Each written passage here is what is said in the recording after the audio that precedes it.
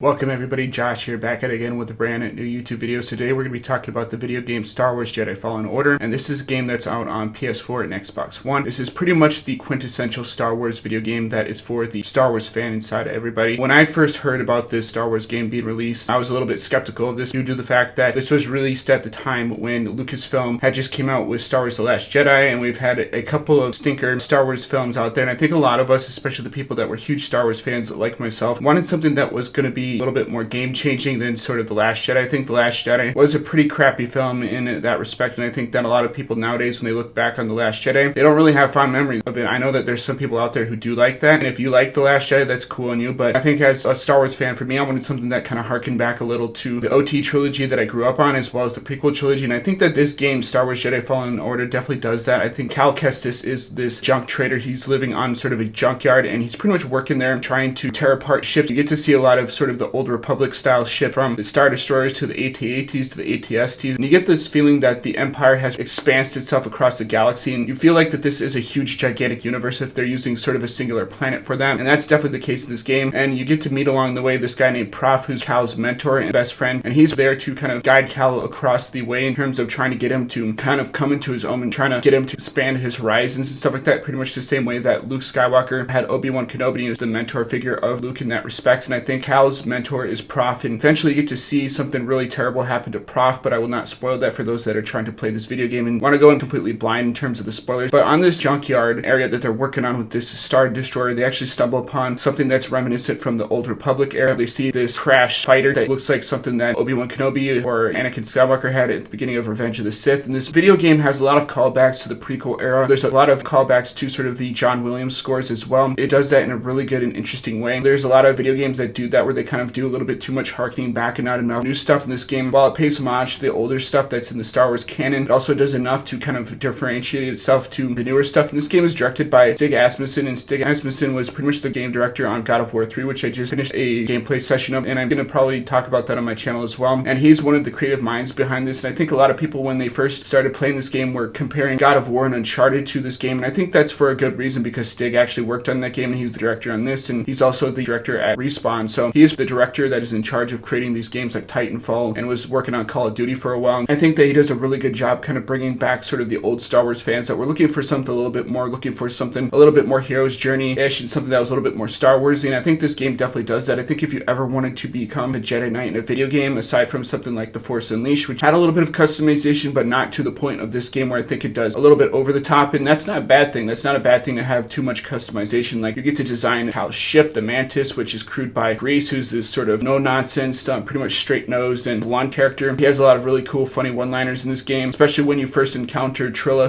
she kind of is the main antagonist of this game, and she's pretty much hunting down Cal throughout this entire experience, and she latches onto the front of the ship of the Mantis, and she's kind of taking control over the ship. Eventually they knock her off. Cal pretty much turns on his lightsaber, and Grease is kind of like, take some seats, and he has a really cool, funny one-liner, and that there's stuff like that that kind of makes me want to kind of replay this game over and over again, just to kind of see the different dialogue paths, because like Mass Effect, there is a little bit of a dialogue option choice, so when you come across different characters and stuff like that, you can kind of talk to them in a little bit of different fashion. Each time there's a different response and dialogue options and stuff, which I think is great. I think that adds to a sense of replayability when there's a little bit more dialogue options in the game. This game has a lot of replayability factors. When you're meditating in sort of this spot, Cal can upgrade things like his lightsaber attacks, his force sensitive abilities with the skill tree, and the skill tree is very reminiscent of God of War, where you have these orbs that you have to collect, and once you collect enough red orbs, you can pretty much max out your entire skill tree for your weapons in God of War 3. Well, it's kind of the same way in Jedi Fallen Order, and I think that due to that fact, there's going to be a lot of times where you don't really collect everything. Like, if you're not exploring, if you're not going through the map, if you're not trying to find these new collectibles and fighting enemies, you're going to have a hard time to level up your character, and this game is going to beat you over the head because of it. It's kind of like Doom in a way, because if you don't level up your character, if you don't max out his health, you're going to be pretty much toast. And I think that once you have everything maxed out, the game becomes really easy. And at first, this game feels like Dark Souls. I know a lot of people are going to compare this game to Dark Souls because this is basically the Dark Souls of Star Wars. I don't think that is a bad connotation. I think that is just the level of how hard this game is, and I think that anybody who's looking for a difficulty challenge, which a lot of these games, they don't have that. They don't have that difficulty factor, and I think that's one of the things that makes it or breaks it in terms of whether a game is too hard or too easy on you. That's going to determine your factor of whether or not you enjoy this game, and you can turn down the difficulty levels if you're getting your ass handed to, which you do get your ass handed to a lot. You do die a lot in this game, so it only just makes you want to try different tactics and stuff that is at Cal's disposal. Along the way, you get sort of cameos from various different characters, such as Saw Gerrera, who appears from from, the Rogue One franchise, which Saw Gerrera is played by a different actor. It's not Forrest Whitaker, who does a really good job in Rogue One. I really do like him in that movie. And Saw Gerrera's character is a little bit different. He's pretty much a freedom fighter and trying to fight against the Empire in this and try and rise the resistance fighters to kind of take over the entire galaxy and kind of rid it of the Empire and stuff like that, because they feel like they're doing justice and trying to take back what they had lost in terms of Order 66, which Cal was definitely a part of. There's a really haunting sequence where you see Force visions of Cal's past, especially when he's a youngling and training in the Jedi Order before Order 66 with his master, and he really does feel that loss with his master throughout this entire game, and eventually do get to fight against his master at one point in time, and then he eventually is like, no, I'm not going to strike you down. I'm going to pretty much honor your memory, which I think is a really poignant moment. And you get this weird feeling that you don't know if Cal is actually accessing the world between worlds, which is the thing that was introduced in Star Wars Rebels. You don't understand if maybe those are what his Force visions are. Is his memory of who his master was what the Force visions in the world between worlds is actually showing Cal. This game deals a lot with the fact that people are cutting themselves off from the Force and they're trying to hide from the Empire, especially in the beginning of the game where you see Seer, who is this ex-Jedi Knight. She's pretty much cut herself off from the Force. She doesn't want anything to do with the Force, and she's acting as Cal's second mentor when his master gets killed in Order 66, which that sequence is really heart-wrenching, really haunting, especially with the John Williams score that's in this. There's a lot of John Williams score that comes into play throughout this game, and it's perfect the way that they set it up. And I think that especially when the Order 66 scene happens and you kind of hear that John Williams score from Revenge of the Sith, I think it's a really cool way to kind of bring fans in that really love the franchise, especially the prequel film, to sort of Jedi Fallen Order, and kind of introduce newer fans who are just starting out with their Star Wars adventure to kind of introduce them into the prequel era of Star Wars. And what I really find fascinating is the fact that Seer, you eventually figure out what she's trying to fight for. Basically, she was training sort of her own Jedi with Trilla, and then Trilla kind of went to the dark side, and that really affected her as well. You get the feeling that Trilla is out for revenge, whereas Cal is pretty much out to rebuild the Jedi Order. And so they're two opposites of a whole. And I think the mark of a really great villain is one that's pretty much the opposite of the hero, especially the main protagonist of the story. Like, usually the villain is sort of the opposite of who the main character is within this either movie or video game, for that matter, which this is. And I think that,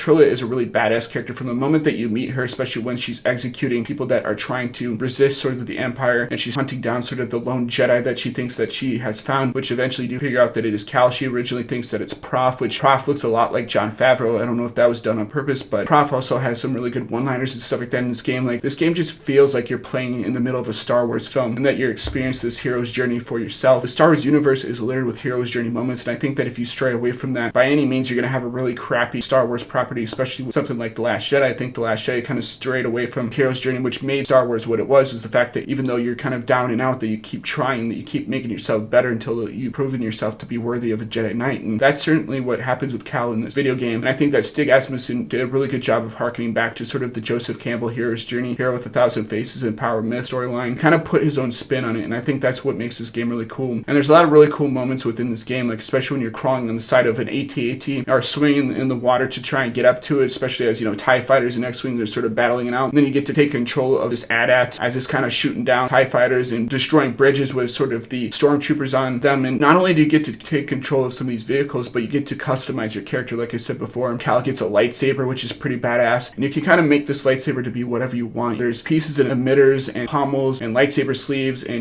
switches that you collect along the way as you're sort of looking for these chests that kind of act like the chests from God of War, where you're kind of obtaining orbs. I think that it's relatively similar to that mechanic, and over time you get these sleeves and stuff like that to customize your lightsaber, as well as lightsaber kyber crystals. And you can make this either a Galaxy's Edge lightsaber, you can kind of make it reminiscent of Luke Skywalker's lightsaber from Return of the Jedi, which is what I did while I was playing the game. Like, I just love the Archon model. It's one of my favorite models of Star Wars lightsabers with like the thin neck and everything, so that's why I kind of did it. And when I was playing it, I kind of had the thin neck emitter, I had the green sort of lightsaber with it, and then later on in the game you get another set of kyber crystals, and you can kind of make it purple or indigo or any other color that you want, which you kind of go to the Jedi Temple, which there is a Jedi Temple sequence similar to that of the Clone Wars, where they kind of introduced that the Jedi kind of go in as younglings and kind of search for their own kyber crystals. That's brought back in Fallen Order, which I think is pretty sick. And then you get to kind of customize and build your own new lightsaber, which is pretty sweet. There's just a lot of really cool things to unpack in this game, and I think that this game definitely deserves the A+ rating. I think from the story to the characters to the replayability factor with the different sort of leveling up mechanics, as well as the fact that they have different difficulty settings. I think that as a Star Wars fan, this is every Star Wars fan's dream, is to be able to play and build sort of your own Jedi Knight and to kind of master yourself to the point where you're pretty maxed out and pretty much a badass. And eventually there's a cameo by a certain someone, which I don't really want to reveal to anybody that wants to play it, but that sequence is pretty badass, especially when you're running away from him. He's just pretty much all powerful. See that sequence unfold, and you kind of find out a little bit more of the backstory, not only between Trilla, who's a really badass villain, like I said before, but also the person that eventually cameos and makes a cameo appearance in this game. And what's really cool is that if you buy the digital deluxe edition, not only do they give you the digital deluxe edition content, but you get the behind the scenes bonus material of the game. And that's one of the things I really like, is when you buy sort of the collector's editions or the bonus content, they give you the rundown, the making of the entire process of how they made this game, and you get to see the process from the inside out, and it kind of forms you as a person that's critiquing this game, as someone that's playing this game, kind of how everything came to be. And I think that this game is really the more better for that, like just to kind of see sort of how they went from A to B to kind of create this masterpiece. I definitely think that this game is fantastic. So I think that anybody who's really a Star Wars fan should definitely check this game out, should definitely give it a shot, especially with the replayability factor. I think that it's definitely worth your hard-earned money. I think that it's definitely a $60 price game. If not, you can get it for cheaper on sale or something like that. Definitely check out Star Wars Jedi Fallen Order. I think it's well worth your time. I have it on both PlayStation 4 and Xbox, so I think that due to the fact that I've already bought it twice now, I think it's definitely worth your time and effort to kind of get it. I bought it digitally, but I do think that it's important to have physical copies. That's my personal opinion of Star Wars Jedi Fallen Order. I think that Cameron Monaghan, who voices Cal, did a really good job. I think all the actors, or the voice actors who did voiceovers for this game, and the dialogue and sort of the story aspect of it is really great. Whoever they got to do sort of the screenplay for this game, I think that they should hire him to kind of, or her to kind of do sort of the Star Wars films in the future, because they have a really great sense of storytelling. And I think that they did a really good job with doing this for Respawn. And I think I'm really looking forward to see what the next iteration is going to be for this game on next gen consoles, because I know that they've kind of already greenlit a second game, and I'm definitely interested in checking that out. So those are my opinions of Jedi Fallen Order. I think that the boss fights in this game also is one thing that I really liked, especially some of the harder bosses that you come in on this game get a little bit more challenging and stuff like that. Like, that's one thing I did not talk about, but maybe I'll do sort of a spoiler thing in the future where I kind of talk about my thoughts and opinions of what this game meant to me, even deeper than I kind of did with this game review. I don't know, but I hope you guys check this out for yourselves. I really do think that if you're kind of iffy on sort of the Star Wars films that have came out with The Last Jedi and Rise of Skywalker, I think even if you like those series of films, you're going to really enjoy yourself as a Star Wars fan. I know I certainly did. So that's why I'm giving Jedi Fallen Order an A. I know that when this originally got released, people were kind of making fun of Cal Kestis and the fact that he is a redhead in this game, and the fact that Cameron Monaghan is, a redhead in real life. But I think that he does a really good job of portraying sort of this Luke Skywalker-esque character. And at the beginning of this game, there's a sequence where they're kind of hanging over the railing, and he kind of does sort of the stance of Luke Skywalker when he's staring at the twin suns, which I think was another kind of callback to the original trilogy and the prequel trilogy era of Star Wars films. And I think George Lucas really did influence a lot of Jedi Fallen Order and sort of John Williams. So that is why I'm going to give this game an A+. I definitely think it deserves it. So those are my opinions. Hopefully you guys like this review. As always, guys, if you want to see more in the future, please rate, comment, subscribe, and I'll see you guys in the next video. Peace.